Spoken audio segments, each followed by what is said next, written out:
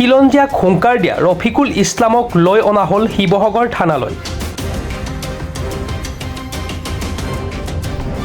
দেওবাৰে কলগাছিয়াত আৰক্ষীয়ে গ্ৰেপ্তাৰ কৰিছিল ৰফিকুল ইছলামক।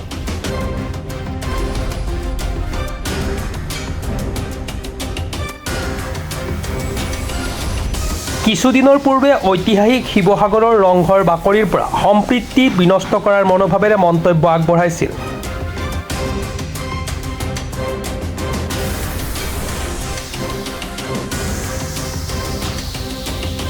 বহুকেইটা দল সংগঠনে এজাহাৰ দাখিল কৰিছিল ৰফিকুল ইছলামৰ বিৰুদ্ধে।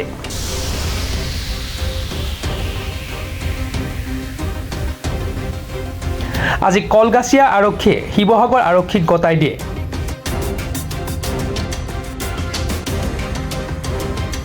ৰফিকুল ইছলামক জেৰা শিৱসাগৰ আৰক্ষীৰ। শিৱসাগৰ থানাত ৰুজু কৰা 27/2026 নং গোচৰৰ ভিত্তিত জেৰা আৰক্ষীৰ।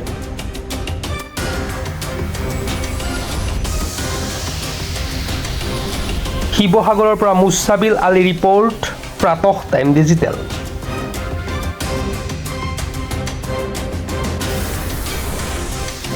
শদিয়াৰ পৰা ধুবুৰীলৈ, বৰাকৰ পৰা ব্ৰহ্মপুত্ৰলৈ সকলোৰে মাজত চিনাকি এটা নাম প্ৰাতঃ টাইম। থলুৱা ভাষা, কৃষ্টি আৰু সত্য বাতৰিৰ আধাৰত প্ৰতিষ্ঠিত খবৰ প্ৰাতঃ টাইমৰ প্ৰতিটো বা বাতৰি পুংখানুপুংখভাৱে চাবলৈ Facebook, YouTube, website, Twitter, Instagram আৰু ব্লগাৰ পেজত লাইক আৰু ফ'ল' কৰক।